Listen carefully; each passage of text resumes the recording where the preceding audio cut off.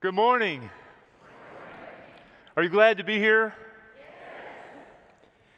Well, today we are continuing our series of messages on the life of David. This is the fifth message, and we'll have two more after this week.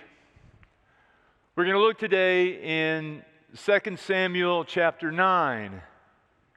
And I will share with you this morning that this story is the climax of David's life. And I have to warn you that after this, the story takes a dark turn the next 2 weeks. So we're going to celebrate where he is today. In the next 2 weeks, we're going to look and see how it is that David, who starts out so strong, ends up so weak. The next 2 weeks are more of a cautionary tale about what happens when we are seduced by power. What makes the story the next 2 weeks so powerful is that it's true also of us, that we can find ourselves at any point in David's story. Today is a story of compassion and kindness. It says that one day, David asked, "Is anyone in Saul's family still alive? Anyone to whom I can show kindness for Jonathan's sake?" He summoned a man named Ziba, who had been one of Saul's servants. "Are you Ziba?" the king asked. "Yes, sir, I am," Ziba replied. The king then asked him, "Is anyone still alive from Saul's family? If so, I want to show God's kindness to them." Ziba replied, "Yes, one of Jonathan's sons is still alive. He is crippled in both feet." "Where is he?" the king asked. "In Lodabar," Ziba told him, "at the home of Machir, son of Ammiel." So David sent for him and brought him from Machir's home. His name was Mephibosheth. He was Jonathan's son and Saul's grandson. When he came to David, he bowed low to the ground in deep respect. David said, "Greetings, Mephibosheth." Mephibosheth replied, "I am your servant."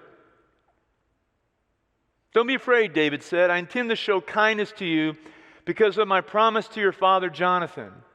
I will give you all the property that once belonged to your grandfather Saul, and you will eat here with me at the king's table."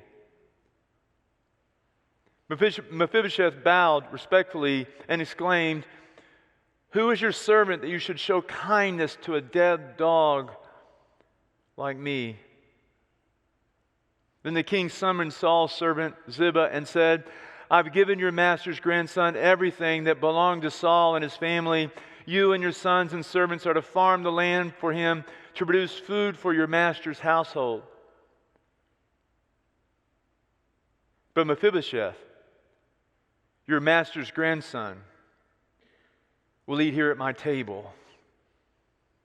Ziba had 15 sons and 20 servants. And Ziba replied, "Yes, my lord, my king, I am your servant, and I will do all that you have commanded." And from that time on, Mephibosheth ate regularly at David's table like one of the king's own sons. Bow with me for a moment. Gracious and heavenly God, today as we hear this story of compassion, may we look inside ourselves for those places in us where we need your love and kindness.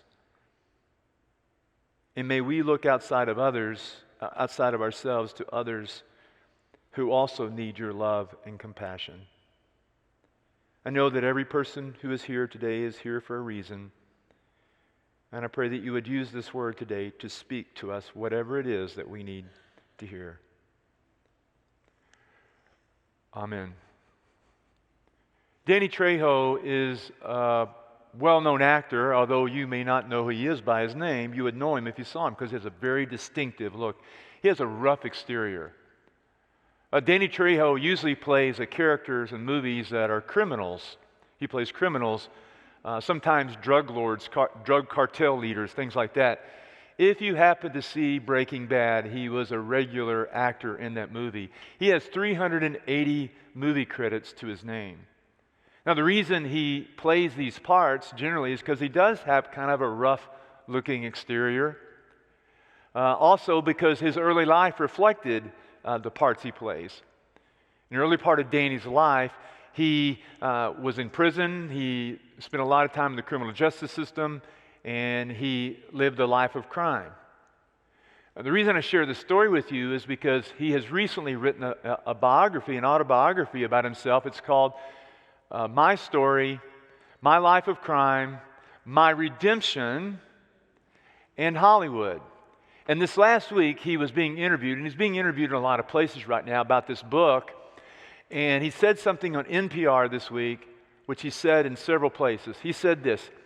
He said that everything good, every single thing good that's happened to me in my life has happened to me when I've shown kindness to someone else. He's stating a basic fact. If you want to have a good, meaningful life and you want things to go well for you, show kindness to others, show compassion to others. And he says everything good that's happened to him has happened as a result of him being kind to someone else. You know, I heard that. I thought, wouldn't it be great if everybody felt that way? Wouldn't it be great if our world turned that way? Because sometimes it feels like that our world has less and less compassion all the time. I look around me and I look at our politics, I look at our religion, I look at our social media, I look at our neighborhood, I look at our families, and sometimes I look at our religion, and sometimes it looks like those important places in our lives are missing something that makes life good, and it's compassion and kindness. Consider the story of David Sharp. In 2006, David Sharp was on his way down from the top of Mount Everest. He climbed to the 29,000-foot peak of the mountain. And 984 feet from the top, he ran out of oxygen. And there he died. And he froze to death.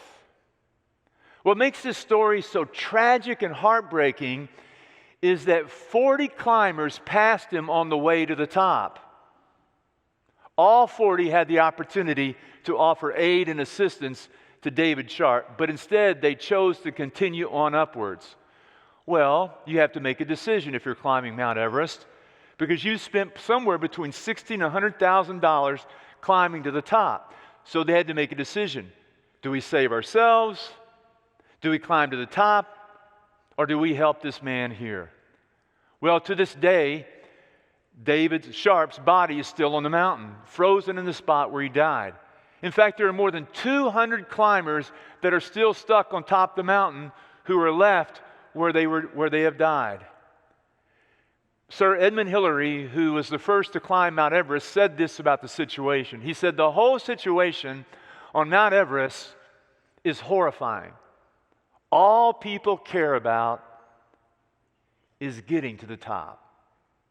And we all know those stories, don't we? All know those stories, how people have sacrificed kindness and compassion, have walked by the needs of others, all in their desires for self-fulfillment.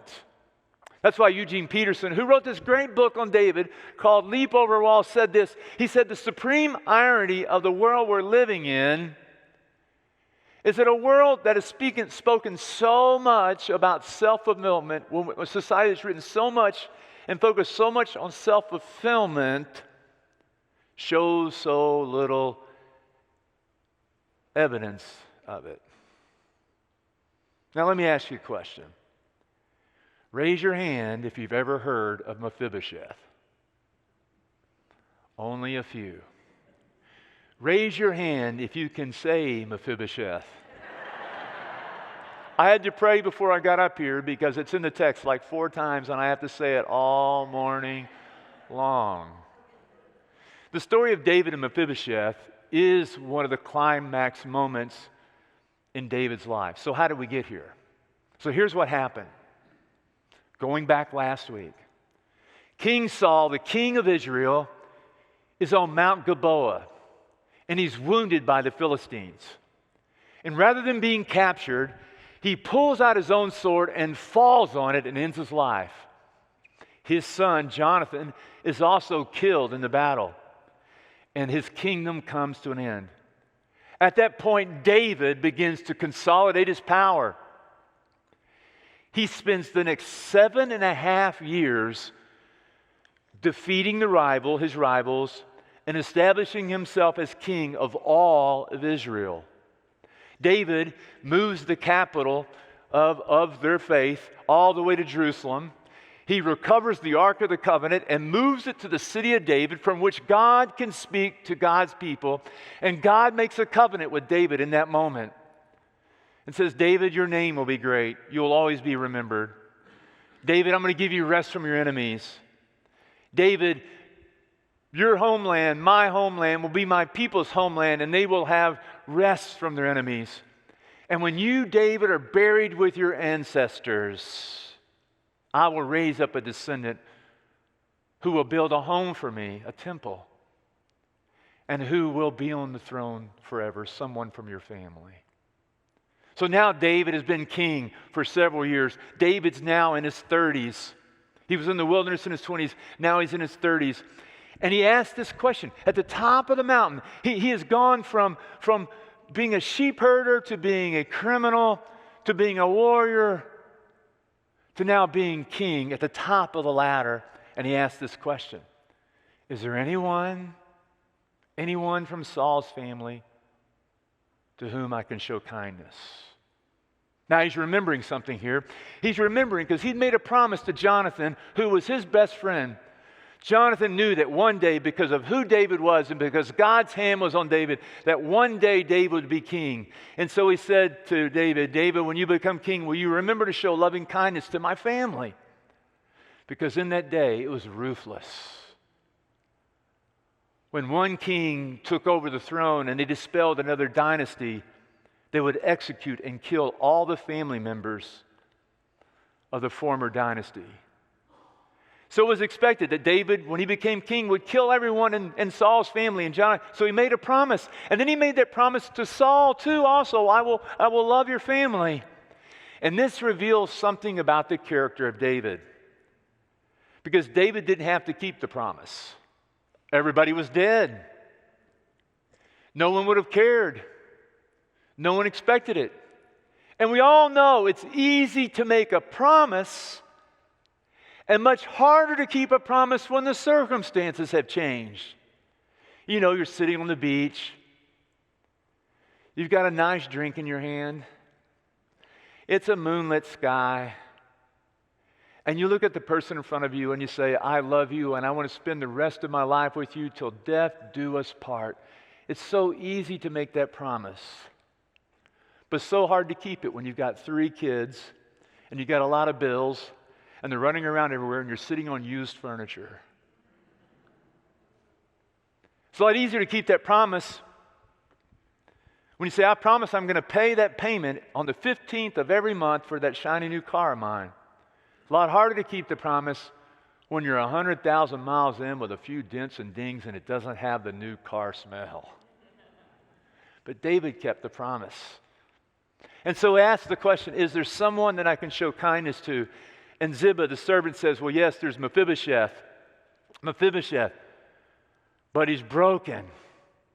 See, what happened was, when Saul died that day on that mountain many years before, Jonathan's son was Mephibosheth, and Jonathan died. The nanny that was taking care of Mephibosheth grabbed him up, and in a panic, believing they would all be killed, ran out of the palace and tripped and fell on the steps and landed on top of Mephibosheth and crushed his legs. And they never set properly. And so for the rest of his life, he was physically unable to walk in a way that others could. He had to live with it for the rest of his life. Now, when Ziba says, yeah, there's Mephibosheth, imagine, yeah, there's Mephibosheth, but he's broken. He was essentially saying to David, don't worry about him. He has no value. He's of no value. He's a broken man. He's of no use to you. He's no threat to you. And what I love about David here is David in the story doesn't say, well, is he a threat? What does he look like? How did he get that way? He doesn't question anything. He just wants to help. I love that about David. This is the first thing we should learn about grace from David's story today, and compassion. The compassion does not look at a person's merit before offering care. Love looks for the opportunity to be shared.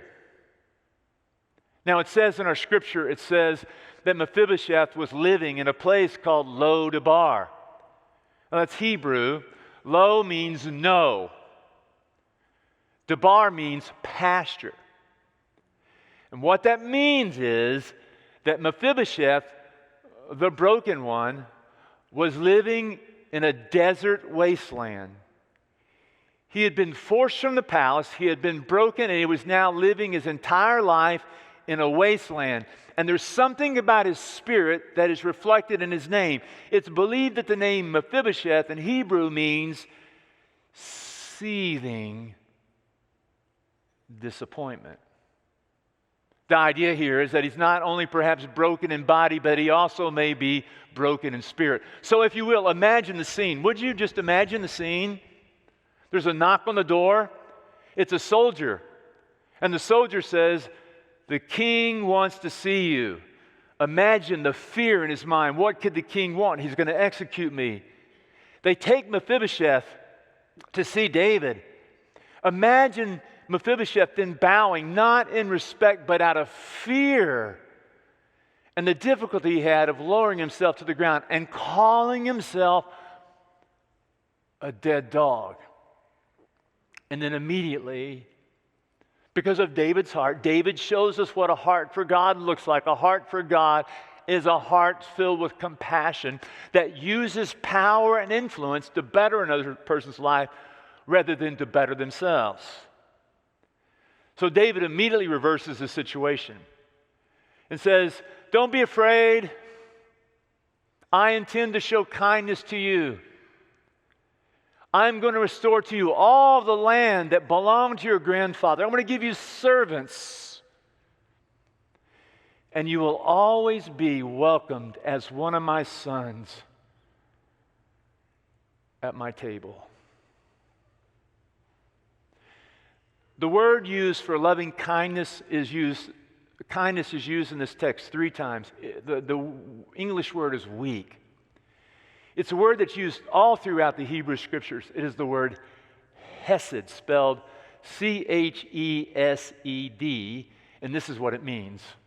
Steadfast love, loyal love, covenantal love, unconditional, generous, extravagant, uncalculating.